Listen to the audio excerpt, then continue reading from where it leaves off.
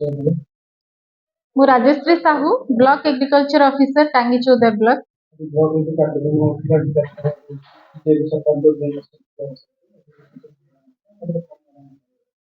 आज विकास धारा ओडिशा सारा प्रोग्राम रो द्वितीय दिन जोटा कि आमर एग्रीकल्चर और अलग सेक्टर रो प्रोग्राम चली विभिन्न विभाग रो ऑफिसर्स माने जोग देइथिले मोर देन 100 फार्मर्स भी थिले आमर सोसाइटी रो भी सेक्रेटरीज माने थिले विभिन्न स्टेक होल्डर्स माने भी थिले आमर विभिन्न विभाग रो ऑफिसर्स माने विभिन्न स्कीम रो डिस्कशन लास्ट 2 वर्ष भितर जहाँ जहाँ आमर कार्यक्रम हेइची आगामी 3 वर्ष रे कौन कौन गवर्नमेंट रो प्लानिंग अच्छी से सब गुडिक डिस्कशन करा जाइथिला।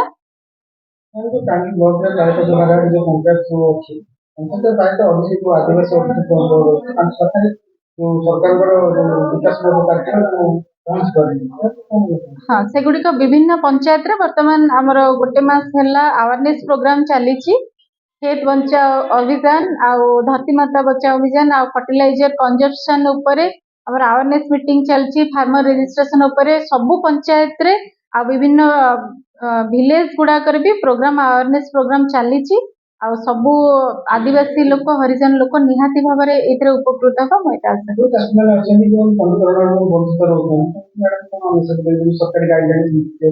नहीं पंजीकरण रो केही भी वंचित नाहंती जेमति कि सबु चासी मानकर जो मानकर निज नारे जमी अच्छी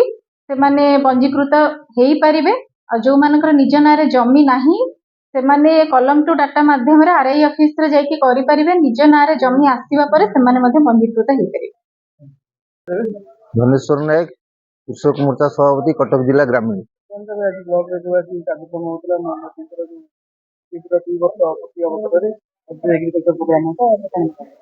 आमर यशस्वी प्रधानमंत्री नरेंद्र मोदी जी एवं आमर 2 वर्षर मोहन माझी जी मुख्यमंत्री ओडिशा सरकार 2 वर्ष पूर्ति उपलक्षे आज कृषि संबंधी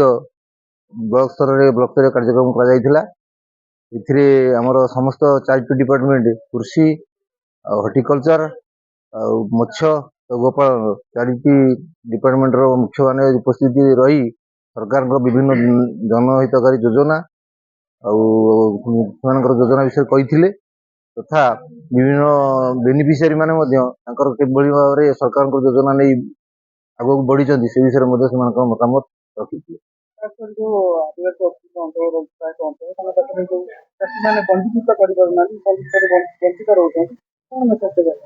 मु तो निजे आम आदिवासी अध्युषित अंचल पंचायत गरुड़ गाँव आसी सफा करनी गरुड़ गाँव मोर हूँ राजनीति आरंभ जगह से तो आम बेसी चेष्टित सेमती पंजीकृतटा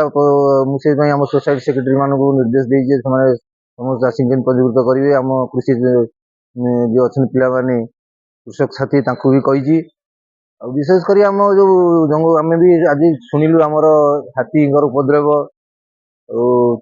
विभिन्न वन्य जंतुर उपद्रव चाष हो पारुनि से अंचल से आम हाथी कॉरिडोर किभली भाव में चाषी मान हाथी सुरक्षा दि जाए आम ऊपर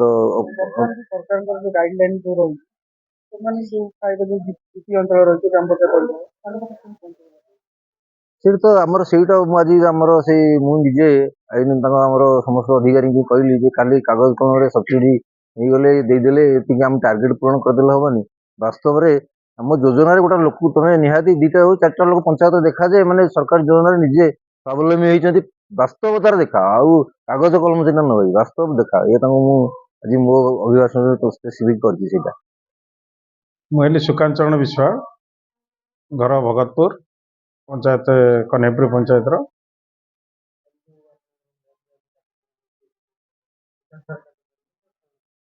ये कार्यक्रम रे मुख्यमंत्री 2 वर्ष भितर कौन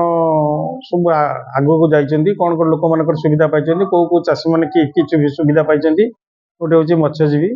गोटे हूँ एग्रिकल्चर आ गोटे आमर गोहेड लेटर जो मान गोपालन जो मान लाभवान होती से नहीं आज जो सफल कार्यक्रम एगुड़ा चली मु जड़े गोपालक हिसाब से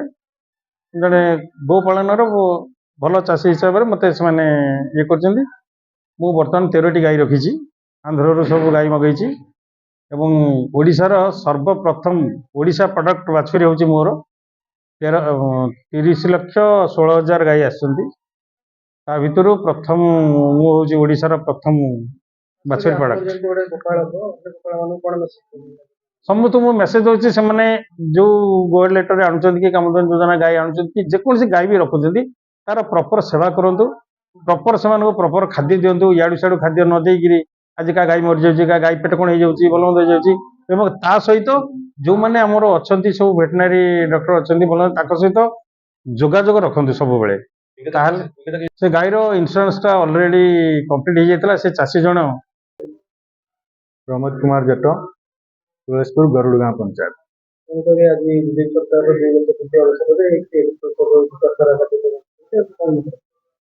ଆଜି ଆମ ବ୍ଲକରେ ସରକାରଙ୍କର 2 ବର୍ଷ ପୂର୍ତ୍ତି ଅବସରରେ ଯେଉଁ କାର୍ଯ୍ୟକ୍ରମ ହେଉଛି, ଏଥିରେ ମୁଖ୍ୟତଃ ଏଗ୍ରିକଲଚର, ହର୍ଟିକଲଚର ଏବଂ ଭେଟେନାରୀ ଫିସରୀ ଏ ବାବଦରେ ଆଜିର କାର୍ଯ୍ୟକ୍ରମର ମିଟିଂର ମୂଳ ଲକ୍ଷ୍ୟ। ଏଇ ସରକାର 2 ବର୍ଷରେ ଆମ ଓଡ଼ିଶାରେ କି ଆମ ଅଞ୍ଚଳ, ଆମ ଟାଙ୍ଗୀ ବ୍ଲକରେ ଆଜି ଚାଷୀମାନେ କେତେ ଉପକୃତ ହୋଇଛନ୍ତି ଆଉ କେଉଁମାନେ ହେଇପାରୁନାହାନ୍ତି, ସେମାନେ କେମିତି ଆଗକୁ ମାନେ ସରକାରୀ ସାହାଯ୍ୟ ସହଯୋଗ ପାଇ ନିଜର କୃଷି କ୍ଷେତ୍ରରେ ନିଜର ଦକ୍ଷତା ବଢ଼େଇବେ, ସେଥିପାଇଁକା ଆଜିର ଆୟୋଜନ। ଏଥିରେ ଆମେ ସେ ମିଟିଂରେ ଆଜି ଭାଗ ନେଇଥିଲୁ।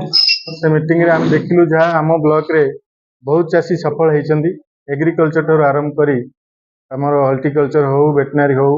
କି ଫିସରୀର ହଉ, ଫିସରୀର ମଧ୍ୟ ବହୁତ ଚାଷୀ ସେମାନେ ମତ୍ସ୍ୟ ଚାଷରେ ସଫଳ ହେଇଛନ୍ତି, ଭଲ 2 ପଇସା ରୋଜଗାର କରୁଛନ୍ତି ବୋଲି ଆଜି ସେ ତାଙ୍କର ଓପିନିଅନ ଦେଇଛନ୍ତି। ତେଣୁ ସରକାରଙ୍କର ଏଇ ଯେଉଁ ପଦକ୍ଷେପ ଆଗାମୀ ଦିନରେ ଚାଷୀମାନେ କେମିତି ଉପକୃତ ହେବେ, ନିଜର ସ୍ଥିତି ଦୃଢ଼ କରିବେ, ତାଙ୍କର ମୂଳ ପ୍ରୟାସ। ମୁଁ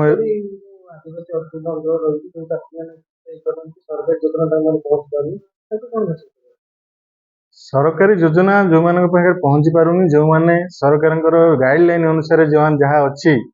ଜଣେ ଚାଷୀ ପଞ୍ଜୀକୃତ ହେଇଥିବା ଦରକାର। ଯଦି ଚାଷୀ ପଞ୍ଜୀକୃତ ନ ହେଇଥିବ ସରକାରୀ ଯୋଜନାରୁ ବଞ୍ଚିତ ହେବ।